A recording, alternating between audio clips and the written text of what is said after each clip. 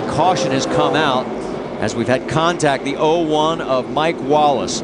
After having cowboys and aliens on the car for weeks, he picks up sponsorship from the Iowa 80 truck stop just down the road a piece, and unfortunately it looked like he may have had that right front situation.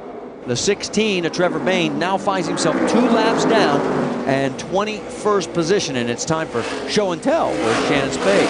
Well, actually, we're not able to show the tire right now, guys, but I did check in with the team. Sorry, I know we love show and tell on the nationwide races, but I was able to check in with the team, and it was a loose wheel. It was a loose right rear, and they did change all 4 tires, and he has not complained since he got back on the racetrack. And we've got trouble for Sam Hornish. It looked like the car just headed for the wall, and he has got major issues. Right front tire again. Same thing. This track is so abusive on the right front tire. And that tire failed in the middle of turn 3 and 4. Sam did an outstanding job keeping it off the wall. I'm sure we're going to get a replay in a minute. Let's go back and take another look. No yellow condition yet. So you're going back to the accelerator here, and the right front fails, and you're along for the ride. You can only turn the steering wheel so much. You have to decelerate. You're in the dirty part of the racetrack. That was a great job. And the caution has now come out, our 4th of the day, and there is Sam making his way down pit road with a shredded right front. Tough break again for Hornish, as he had driven an excellent race. Sam Hornish Jr. had to come back in because running at pace speed, we thought what rubber was on fire from the shredded. He had to come back in because it was getting worse and looking more and more like the situation we had last week with Justin Allgaier. Yeah, and what you got here, I believe, guys, is that the brake duct caught on fire, and then the tire coming apart filled up the rotor. Then when he went back out, he introduced more air to it, which created like a torch.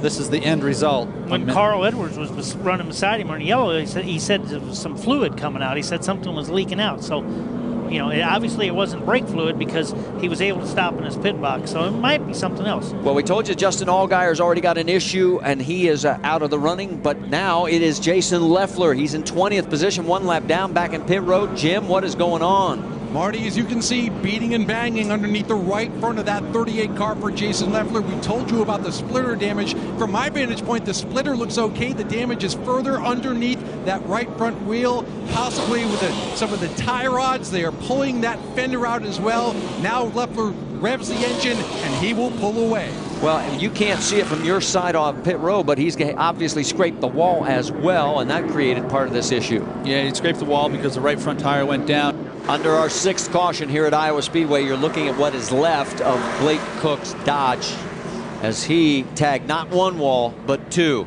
Yep, right front goes down, and then when he hit, I think he lost the brakes, Marty. Big impact. Typically, you know, it can break the caliper off. Hard hit there. Yeah, that's just the first one. That's the first one. Yeah, this one is a harder hit. Yeah, look at this. This is a lot harder hit. Oh, man, that hurts. No safer barriers. The safer barriers are all the way around the outside of the track. Well, he's thankful he had it out there, and then he... Yeah. But he's looking. See, the rear brakes never locked up, and I think he probably broke the caliper on that first impact.